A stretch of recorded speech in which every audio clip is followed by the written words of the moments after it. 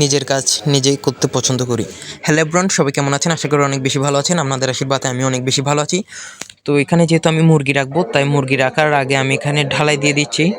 এটা ঢালাইও বলতে পারেন এবং কি সিমেন্ট দিয়ে দিচ্ছি এটাও বলতে পারেন। কারণ আমি এখানে প্রথমে বালি দিয়েছি, তারপরে কংক্রিট দিয়ে লেবেল করে দিয়েছি একদম সুতা ধরে।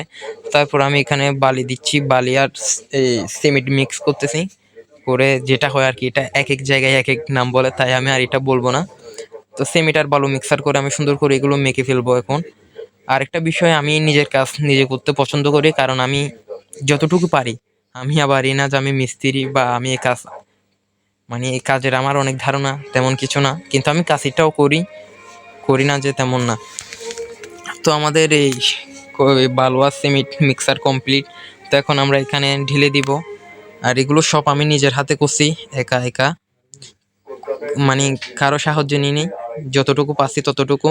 কারণ আমার থেকে ছোটবেলা থেকে একটা জিনিস, নিজের কাজ নিজে করতে অনেক বেশি ভালো লাগে।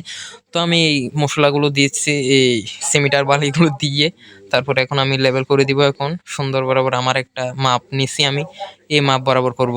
তো আপনারা যারা আমার এখনো ফেসবুক পেজটা ফলো দেননি, দয়া করে প্লিজ আমার ফেসবুক পেজটা ফলো দিয়ে দেন এবং আমার ইউটিউব চ্যানেলটা একটু সাবস্ক্রাইব করে দিবেন। সবার মানে সবাইকে আমি একদম মন থেকে বলতেছি, সবাই এই কাজটা করবেন। আর মুরগির ঘর বানানোর বিষয় নিয়ে মানে সব প্রকার ভিডিও দিব মানে। আর এখানে ঘরটা হবে দুইতলা, দুইতলা ঘরে উপরে হবে 5 রুম, আর নিচের তলায় হবে একদম নিচে 5 ফিট বাই 5 ফিট 2টা রুম হবে। তো আমি উপরে পালবো বিদেশি মুরগি আর নিচে পালবো দেশি মুরগি এবং চীনা হাঁস। ঠিক আছে, তো আমি এগুলো আমার মতো করে মানে আমি যেরকম করি এরকমই করতেছি কাজগুলো। আর এই বিষয়ে আপনারা কেউ যদি পরামর্শ দিতে চান, অবশ্যই আমাকে পরামর্শ দিবেন কিভাবে কি করব। তো আমার এখানে পুরোপুরি মানে ঢালাইয়ের কাজটা শেষ, একটু লাস্ট কাজ এখানে আছে। তো এটা এখন করে ফেললে কাজ শেষ।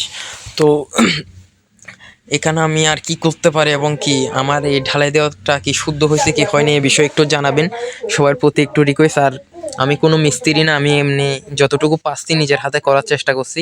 কারণ আমি আগেই বললাম, আমার নিজের কাজ নিজে করতে অনেক বেশি ভালো লাগে।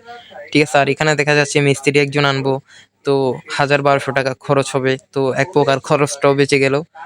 ঠিক আছে, তো এগুলো আমি নিজেই করলাম একা একা, কারো সাহায্য নিইনি। তো ভিডিওটা এই পর্যন্ত। সবাই ভালো থাকবেন, সুস্থ থাকবেন এবং আমার জন্য আশীর্বাদ করবেন যাতে আমি সামনে ভালো কিছু করতে পারি। তো সবার জন্য আশীর্বাদ ও ভালোবাসা রইল।